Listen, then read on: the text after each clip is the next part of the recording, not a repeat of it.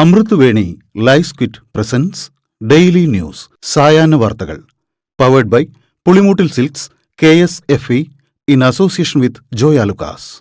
ഇത്തവണ ഫസ്റ്റ് അടിക്കില്ലേ നമ്മള്?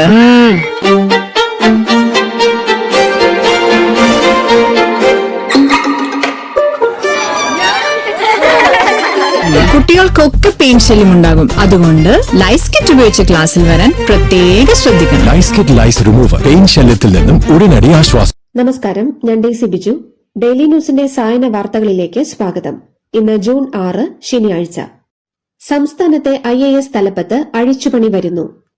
സസ്പെൻഷനിൽ കഴിയുന്ന doctor B Ashok, N Prashanth എന്നിവർ സർവീസിലേക്ക് മടങ്ങിവരും. ഇന്ന് വൈകുന്നേരത്തോടെ ഉത്തരവ് ഇറങ്ങിയേക്കും. ബെവ്കോ CMD MR അജിത് കുമാറിനെ മാറ്റണമെന്ന് എക്സൈസ് മന്ത്രി M ലിജു മുഖ്യമന്ത്രിയോട് ആവശ്യപ്പെട്ടിട്ടുണ്ട്. വകുപ്പിന്റെ സുതാര്യത ഉറപ്പാക്കാൻ മറ്റൊരു ഉദ്യോഗസ്ഥനെ നിയമിക്കണമെന്നാണ് ആവശ്യം. UDF സർക്കാർ പരിഗണിക്കുന്ന അതിവേഗ റെയിൽപാത പദ്ധതിയുടെ പഠനത്തിന് 4-അംഗ സമിതി രൂപീകരിച്ചു. ഗതാഗത സെക്രട്ടറി അധ്യക്ഷനാകുന്ന സമിതി മെട്രോമാൻ A ശ്രീധരൻ സമർപ്പിച്ച ബദൽ പദ്ധതിയുടെ ഗുണദോഷങ്ങൾ വിശദമായി പഠിക്കും. പ്രതിപക്ഷ ഉപനേതൃസ്ഥാനം വേണമെന്ന ആവശ്യമുന്നയിച്ച് CPI general secretary D Raja ബന്ധപ്പെട്ടപ്പോൾ CPM general secretary MA Baby കൈയൊഴിഞ്ഞു. ഉപനേതൃസ്ഥാനത്തിന്റെ കാര്യം കേരളത്തിൽ തീരുമാനിക്കട്ടെ എന്നാണ് MA ബേബി പ്രതികരിച്ചത്. നവകേരള യാത്രയ്ക്കിടെ പ്രതിഷേധിച്ച യൂത്ത് കോൺഗ്രസ് പ്രവർത്തകരെ മുഖ്യമന്ത്രിയുടെ ഗൺമാൻമാർ മർദ്ദിച്ച കേസിൽ ADGP MR അജിത് കുമാറിനെതിരെ മൊഴി നൽകി ADGPയുടെ ഓഫീസിലെ ഗ്രേഡ് SIമാർ. പ്രത്യേക അന്വേഷണ സംഘത്തിനു മുന്നിൽ പൊട്ടിക്കരഞ്ഞാണ് SIമാരായ ഗിരീഷും ശ്രീകാന്തും മൊഴി നൽകിയത്.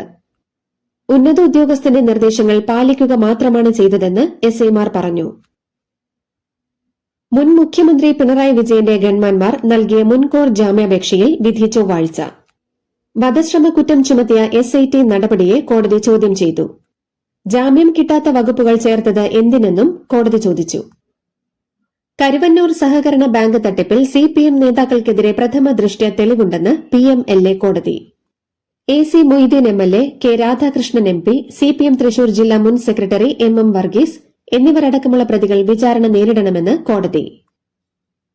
ഇന്ധന വില വർധനയിൽ പ്രതിഷേധിച്ച് ഈ മാസം 8-ന് സംസ്ഥാന വ്യാപകമായി ധർണ നടത്തുമെന്ന് പ്രൈവറ്റ് ബസ് ഓപ്പറേറ്റേഴ്സ് അസോസിയേഷൻ അറിയിച്ചു. കേന്ദ്ര സംസ്ഥാന സർക്കാരുകൾ നികുതി ഇളവ് നൽകണമെന്നും ഇന്ധന സബ്സിഡി നൽകാൻ സർക്കാർ തയ്യാറാകണമെന്നും സംസ്ഥാന പ്രസിഡന്റ് KK തോമസ് വാർത്താസമ്മേളനത്തിൽ ആവശ്യപ്പെട്ടു.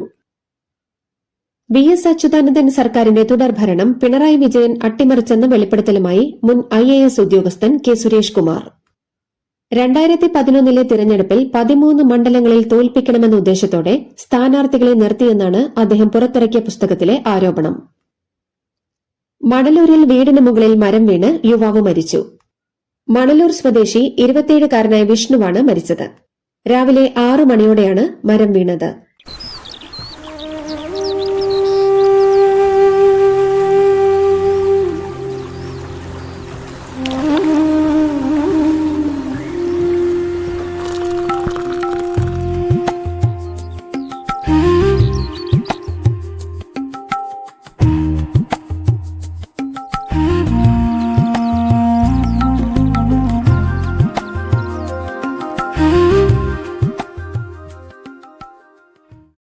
പേഴ്സണൽ സ്റ്റാഫിലെ ബന്ധു നിയമനത്തെ ചൊല്ലി മന്ത്രി സണ്ണി ജോസഫിന് KPCC യോഗത്തിൽ വിമർശനം. നിയമനം കരുതലോടെ വേണമായിരുന്നുവെന്നും വിമർശനത്തിന് ഇട നൽകരുതായിരുന്നെന്നും യോഗത്തിൽ നേതാക്കൾ പറഞ്ഞു. KM മാണിയുടെ മരുമകൻ റിട്ടയർഡ് IAS ഉദ്യോഗസ്ഥൻ MP ജോസഫ് കോൺഗ്രസിൽ ചേർന്നു. കേരള കോൺഗ്രസ് ജോസഫ് വിഭാഗത്തിലായിരുന്ന ജോസഫ് 2021 തൃക്കരിപ്പൂരിൽ UDF സ്ഥാനാർത്ഥിയായിരുന്നു. സർക്കാർ സർവീസിലിരിക്കെ സ്വകാര്യ ആശുപത്രികളിൽ ജോലി ചെയ്യുന്ന 200ഓളം ഡോക്ടർമാർ വിജിലൻസിന്റെ നിരീക്ഷണത്തിൽ. നിയമം ലംഘിച്ച് സ്വകാര്യ പ്രാക്ടീസ് നടത്തുന്ന ഡോക്ടർമാർക്കെതിരെ നടപടിയെടുക്കാനാണ് നീക്കം. നിലവിളക്ക് വിവാദത്തിൽ പ്രതികരണവുമായി സമസ്ത നേതാവ് ഉമർ ഫൈസി മുക്കം. വൈദ്യുതി വരുന്നതിന് മുൻപ് നമ്മളെല്ലാവരും വെളിച്ചത്തിനായി വിളക്കാണ് കത്തിച്ചിരുന്നതെന്നും ഇപ്പോഴും വൈദ്യുതി നിലക്കുമ്പോൾ വിളക്ക് കത്തിക്കാറുണ്ടെന്നും ഉമർ ഫൈസി മുക്കം പറഞ്ഞു. ഉദ്ഘാടനത്തിന് നിലവിളക്ക് കൊളുത്തിയത് വിവാദമാക്കേണ്ട വിഷയമല്ലെന്നും ഇത്തരം ചെറിയ കാര്യങ്ങൾ ചർച്ചയാക്കേണ്ടതില്ലെന്നും വിദ്യാഭ്യാസ മന്ത്രി ഷംസുദ്ദീൻ. അതൊക്കെ കാലാകാലങ്ങളായി നടന്നുകൊണ്ടിരിക്കുന്ന കാര്യങ്ങളാണെന്നും മാധ്യമങ്ങളുടെ ചോദ്യങ്ങളോട് മന്ത്രി പ്രതികരിച്ചു. പൊതുപരിപാടിയിൽ മന്ത്രി നിലവിളക്ക് കൊളുത്താതിരുന്നതും ഫാത്തിമ തഹ്ലിയ MLA നിലവിളക്ക് കൊളുത്തിയതും വിവാദമായിരുന്നു. എറണാകുളം കോതമംഗലം SHOക്കെതിരെ ഭീഷണിക്കുറിപ്പുമായി ക്രിമിനൽ കേസ് പ്രതി അർജുൻ ആയങ്കി. നിയമപരമായും വേണ്ടിവന്നാൽ കായികപരമായും നേരിടുമെന്നാണ് ഭീഷണി. മട്ടന്നൂരിൽ യൂത്ത് കോൺഗ്രസ് നേതാവ് SP ഷുഹൈബിനെ വെട്ടിക്കൊലപ്പെടുത്തിയ കേസിൽ വിചാരണ കോടതി മാറ്റണമെന്ന പ്രതിഭാഗത്തിന്റെ ഹർജി തള്ളി. കേസിലെ 1 മുതൽ 3 വരെയുള്ള പ്രതികളാണ് കോടതിയെ സമീപിച്ചത്. തമിഴ്നാട്ടിൽ അനധികൃതമായി പ്രവർത്തിച്ചിരുന്ന 717 ടാസ്മാക് മദ്യശാലകൾ പൂട്ടി. ആരാധനാലയങ്ങൾ, സ്കൂളുകൾ, ബസ് സ്റ്റാൻഡുകൾ എന്നിവയുടെ 500 മീറ്റർ അടുത്തുള്ളവയാണ് അടച്ചുപൂട്ടിയത്. 610 മദ്യശാലകൾ ബുധനാഴ്ചയ്ക്ക് മുൻപ് പൂട്ടിയിരുന്നു. 107 എണ്ണം ഇന്നലെ അടച്ചു. പൂട്ടിയവയിലുണ്ടായിരുന്ന 3474 ജീവനക്കാരിൽ 2331 പേരെ മറ്റ് മദ്യശാലകളിലേക്ക് മാറ്റി. 1000-ലേറെ പേരുടെ കാര്യത്തിൽ ഉടൻ തീരുമാനമെടുക്കും. സംസ്ഥാനത്ത് ഇനി 4048 ടാസ്മാക് മദ്യശാലകളാണ് ഉള്ളത്. തമിഴ്നാട് BJPയിൽ വീണ്ടും രാജി പ്രവാഹം. തമിഴ്നാട് BJP സംസ്ഥാന സെക്രട്ടറി സുമതി വെങ്കിടേഷ് രാജിവെച്ചു. ഏറെ ആലോചനകൾക്ക് ശേഷമാണ് പാർട്ടി വിടാൻ തീരുമാനിച്ചതെന്നും വിഷമത്തോടെയാണ് തീരുമാനമെടുത്തതെന്നും അവർ പറഞ്ഞു.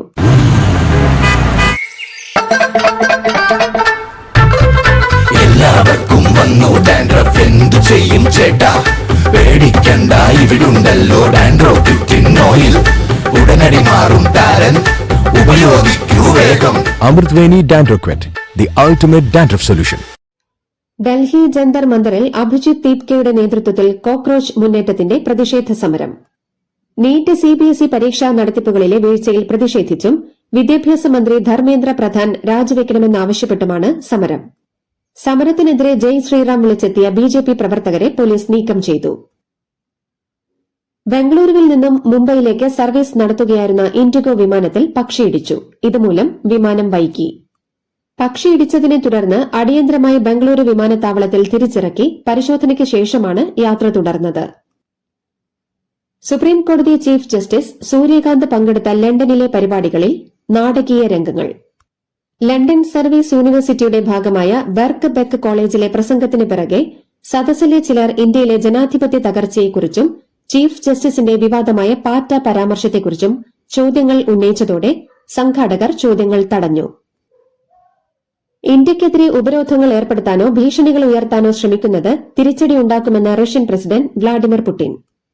പ്രധാനമന്ത്രി നരേന്ദ്രമോദിയുടെ ശക്തമായ നേതൃത്വത്തിന് കീഴിൽ ഇന്ത്യ ഇത്തരം ബാഹ്യ സമ്മർദ്ദങ്ങൾക്ക് വഴങ്ങില്ലെന്നും അത്തരം ശ്രമങ്ങൾ നടത്തുന്ന രാജ്യങ്ങൾക്ക് തന്നെ അത് ദോഷകരമായി ഭവിക്കുമെന്നും പുടിൻ മുന്നറിയിപ്പ് നൽകി.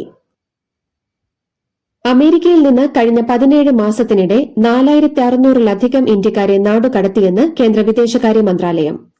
ഡൊണാൾഡ് ട്രംപ് അധികാരമേറ്റ ശേഷമുള്ള കണക്കാണിതെന്ന് വിദേശകാര്യ മന്ത്രാലയ വക്താവ് രൺധീർ ജയ്സ്വാൾ വെളിപ്പെടുത്തി. ഈ വർഷം ഇതുവരെ 1076 ഇന്ത്യൻ പൌരന്മാരെ അമേരിക്ക നാടുകടത്തി. തായ്വാന്റെ അതിർത്തിക്ക് ചുറ്റും വൻ സൈനിക വിന്യാസവുമായി ചൈന.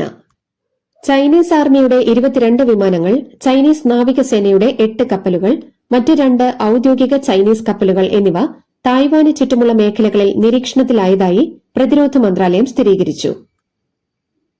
ഹോർമൂസ് കടലിടുക്കിന് നേരെ ഇറാൻ തൊടുത്തുവിട്ട 4 ഡ്രോണുകൾ തങ്ങൾ വെടിവച്ചിട്ടതായി അമേരിക്കൻ സൈന്യത്തിന്റെ അവകാശവാദം.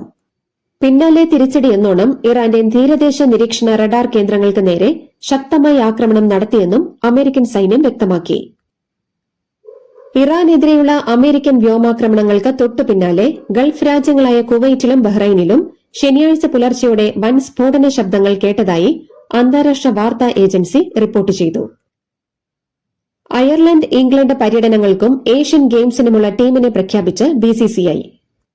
ശ്രേയസ് അയ്യരാണ് Indian T20 team captain. Suryakumar Yadav ടീമിലില്ല. 15-കാരൻ വൈഭവ് സൂര്യവംശിയും സഞ്ജു സാംസണും 3 ടീമുകളിലും ഇടം നേടി. തിലക് വർമ്മയാണ് 3 ടീമുകളുടെയും വൈസ് ക്യാപ്റ്റൻ. ഇതോടുകൂടി ഡെയിലി ന്യൂസിന്റെ ഇന്നത്തെ സായന വാർത്തകൾ സമാപിക്കുന്നു. ഡെയിലി ന്യൂസിന് വേണ്ടി വാർത്തകൾ വായിച്ചത് ഡെയ്സി ബിജു. DailyNewsLive.in വാർത്തകൾ വിരൽ തുമ്പിൽ.